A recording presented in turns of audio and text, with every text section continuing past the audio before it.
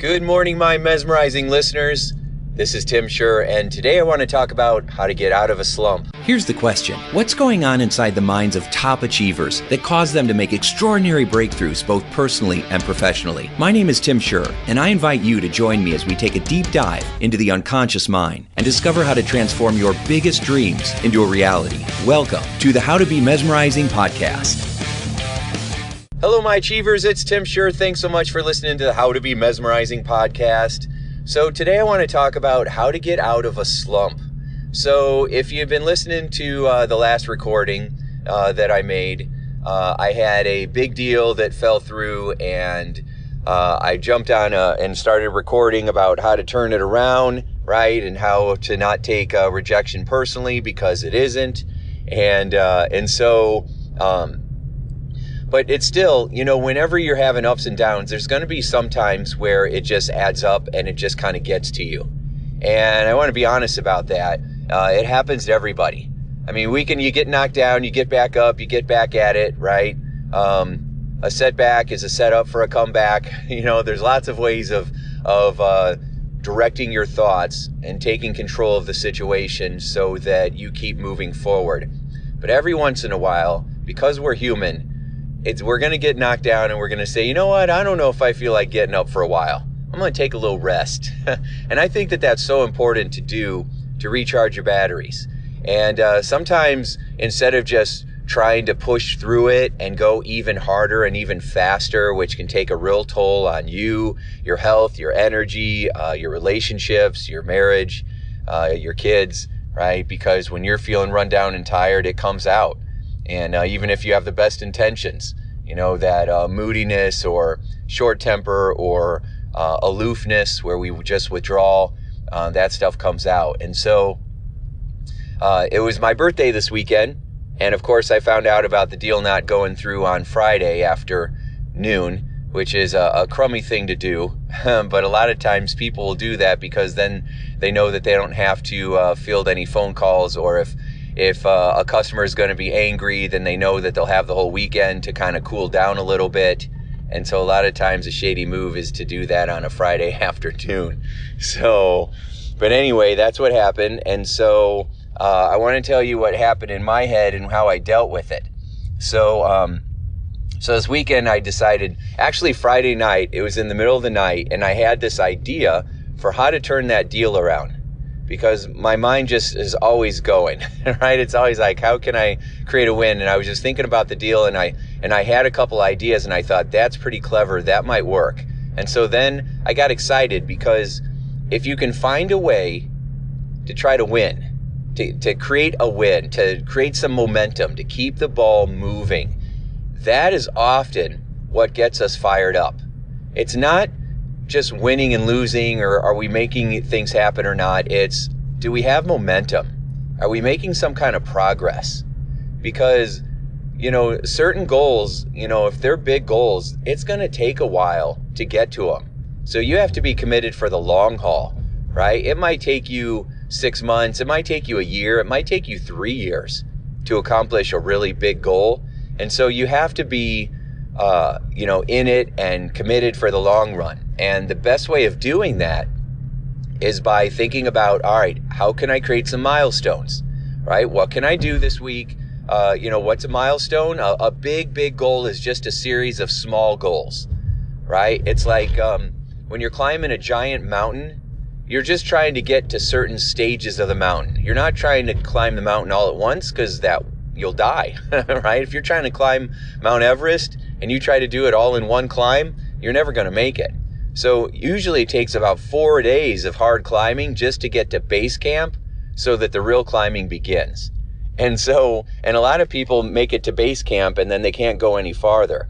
But it's still an achievement. It's still amazing that you get to base camp, that you hike for 4 days up a mountain, all right? A treacherous, mountain. That's amazing. And the fact that sometimes people say, yeah, I just got to base camp. I'm like, are you kidding me? That's amazing, right? That is incredible that you got there. And so then you learn from it, because remember, there's winners and learners. So you're learning, and then you're preparing. And then the next time when you get there, you'll be smarter and better prepared. And so that's how it is for all of us. We set milestones. And so I set a milestone, that that I'm going to go after, this company one more time, even though I had mentioned that it might not be a great fit. So I still think that there's some things that I could do to add value. And my plan was pretty clever. And so I'm just going to see what happens. I'm not going to say what my plan was yet, just because it hasn't happened. I haven't even, I set it in motion on Sunday evening, sending an email to the HR director, but I don't want to do anything. I don't want to say anything until it actually happens, and then I'll let you know what happens. But that was only part of the milestone. The other part of the milestone was to create at least 3 leads this week, which 2 of them are already in place. So I'm kind of ahead of the game, and it's only Monday morning for me at 10 in the morning. So that means that I've got 1 more lead. So I'm going to go ahead and say I'm going to adjust that and say I'm going to get 3 more leads this week, right? So that would be 3 or 4 leads altogether. So I've already got 2 seeds planted. And that would be pretty amazing, right? Because I figure if you just have one thing going, and you don't have anything else going, then and that one thing doesn't work out, then it's like, oh my gosh, that's why you've always got to be planting seeds. You've always got to be strategizing on, all right, what can I do next? And if this doesn't go the way that I want, right? So if you're interviewing for a job, have 2 or 3 interviews set up. So if 1 or 2 of them don't work out, you have that 3rd one, right? And if all 3 don't work out, go set up 3 more. And I know it takes time. It takes time to find those interviews that, for places you want to work at, for the pay and the proximity from how close it is to your house, and the benefits and the culture, and are you going to feel like you're making a difference there? Are they going to value you? All that stuff. It takes time. So try to get hired by a company that I'm working with, because they'll always have awesome cultures. Plug. Okay, so maybe it's you're trying to lose weight and get healthier, which I talk a lot about getting healthy, because if you don't feel good, then what's the difference? Who cares if you have great relationships? Who cares if you have tons of money? Who cares if people respect and admire you? If you don't feel good, if you're the richest 300-pound guy in town, who cares, right? You're not really successful because you haven't taken care of yourself, and you're your number 1 priority. And so it doesn't matter how much money you have. That's not going to make you feel the way that you want to, because secretly you'll always be unhappy with your weight. Oprah Winfrey, she was in an interview with Barbara Walters, and Oprah is one of the most successful people on the planet. And Barbara said, if you could have anything, to really make you happy, what would it be? And she said, to have my weight under control, right? So, and Oprah bought Weight Watchers, thinking that maybe that would help too. And maybe it has. I don't know. I haven't seen Oprah in a while, but I hope it has. But I'm not sure, because Weight Watchers is a diet, and it really is changing your mindset. And you would think that Oprah would have a powerful mindset, which from what I've seen and heard, she does, but she still has her demons from the past, from her sexual abuse issues, and it doesn't seem like they have been totally resolved.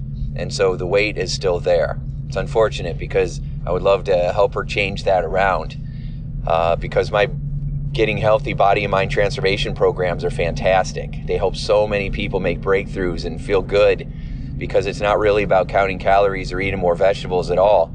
It's really about self-love and self-acceptance, and changing what's going on in your mindset, and in skyrocketing your emotional intelligence.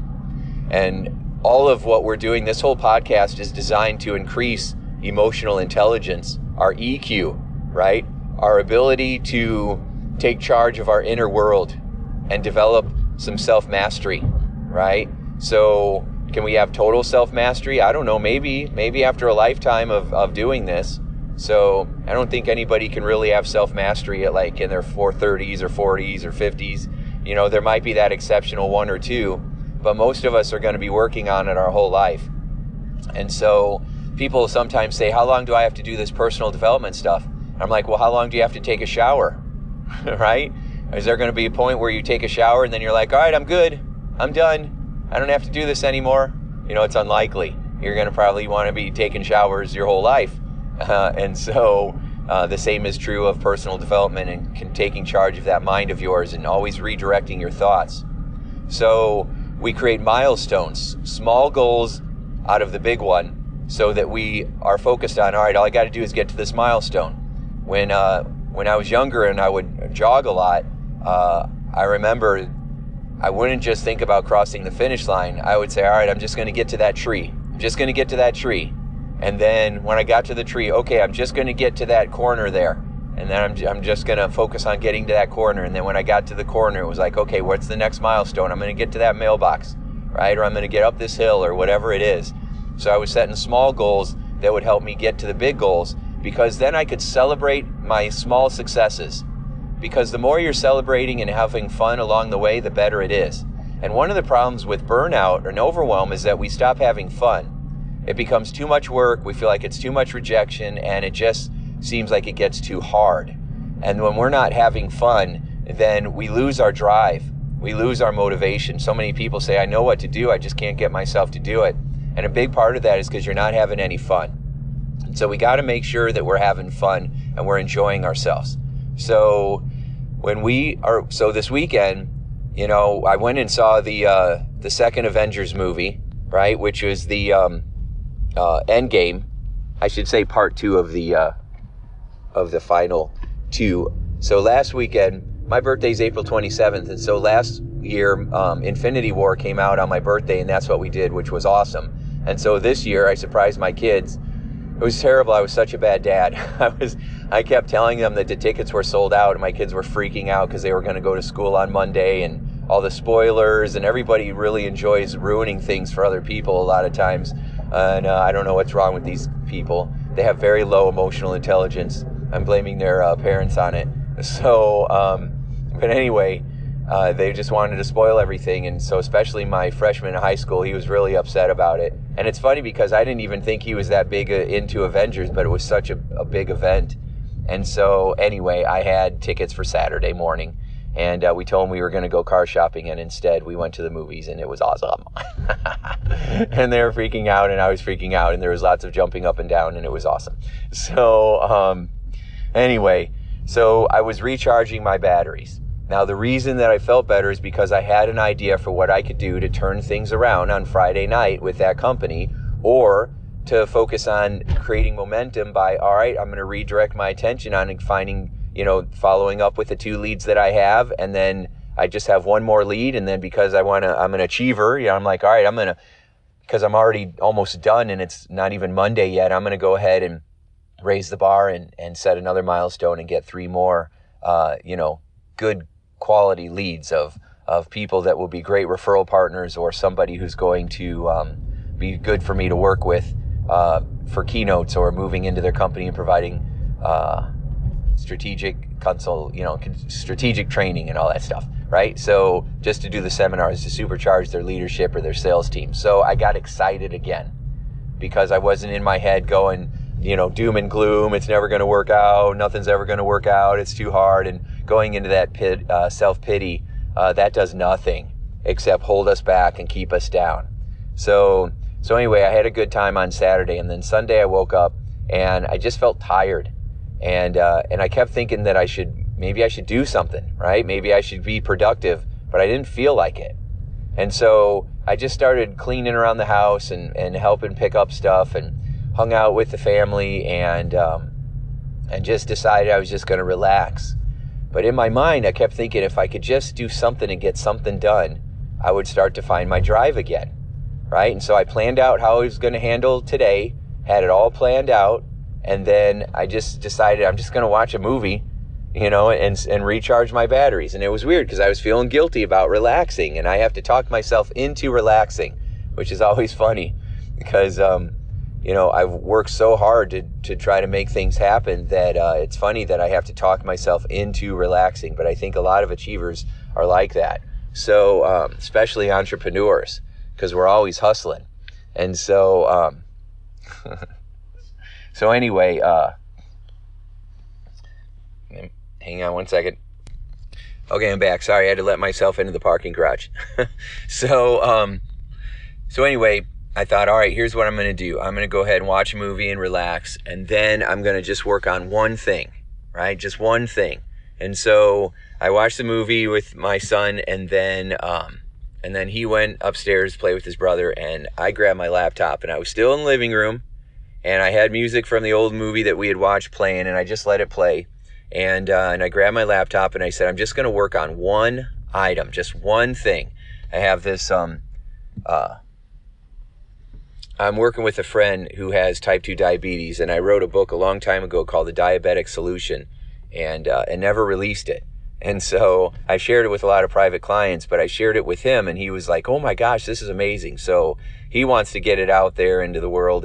And so he asked me if I could create a resource manual that would have a bunch of checklists.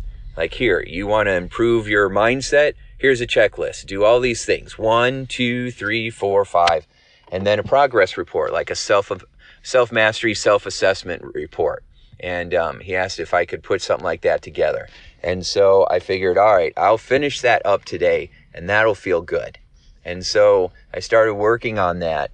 And you know what happened? It did feel good. I got that done, and I felt like I had accomplished something. And that's a big part of finding your momentum again, is you take a break, you recharge your batteries, and then you know what you do next?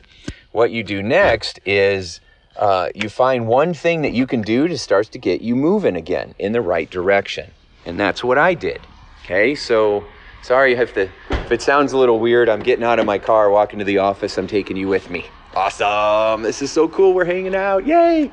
Anyway, so I says to myself, self, this is what we're going to do. We're going to go ahead and finish this thing and feel productive, and then, figure out what to do next. And so I finished the report, and it took a while, right? It was a lot, but it's done. I sent it to him, and he's super excited. And then I'm like, all right, that's awesome. What do I want to do now? And I was still a little tired. So I said, you know what? I'm going to watch another movie. And I stayed up last night and watched another movie until like midnight, which I don't normally do because I'm always like, no, I got to go to bed. So I'm rested in the morning and ready to kick butt. But I still felt like, even though I accomplished that thing, I was still a little bit, I just needed a little bit more recharging. And so I found another movie, and it was kind of nice. Sometimes what I like to do when everybody's asleep, in the middle of the night, I'll just get up and it's quiet, and I just watch a movie, and it just kind of fires me up, especially if it's a good movie. And luckily the one I picked on Netflix was.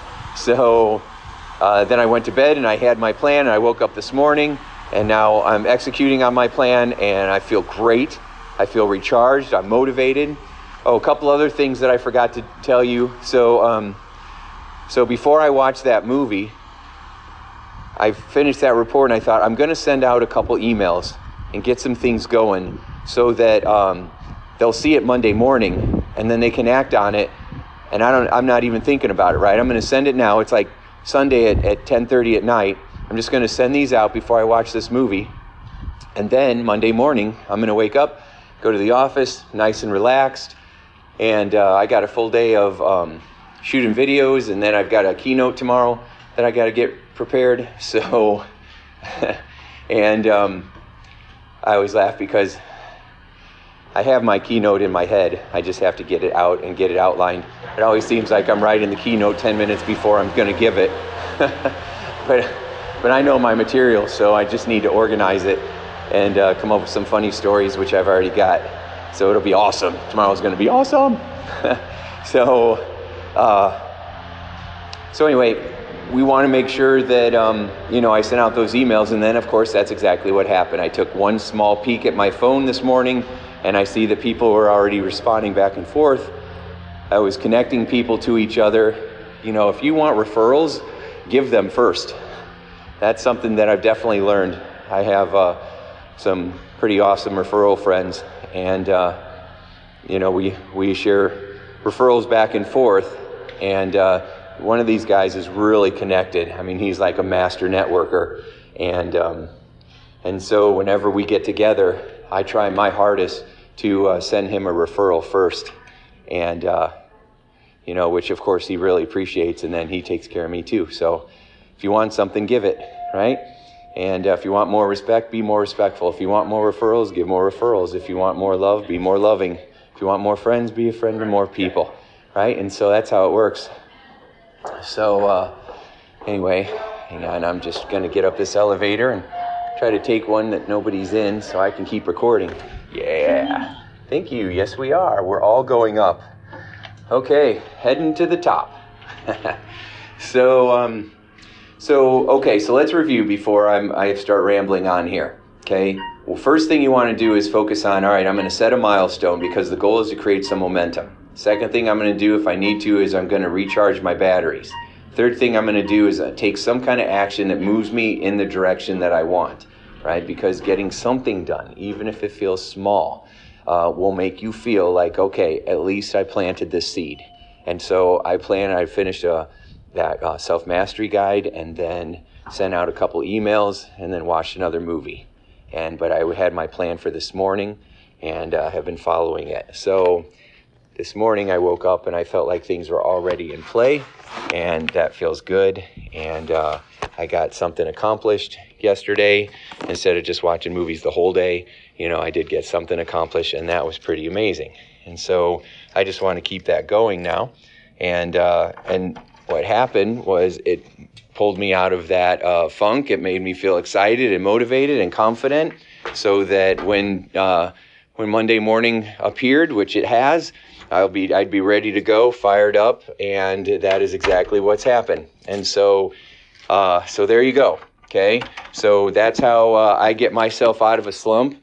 It's a combination of taking charge of my mindset, focusing on recharging my batteries and just taking a break, and then also having a plan in mind, knowing that if I can just accomplish one thing, then everything else will get better, right? So it's like if I'm not motivated to do the dishes, then what I might do is say, well, you know what? I'm just going to turn on some music and I'm going to wash this spoon.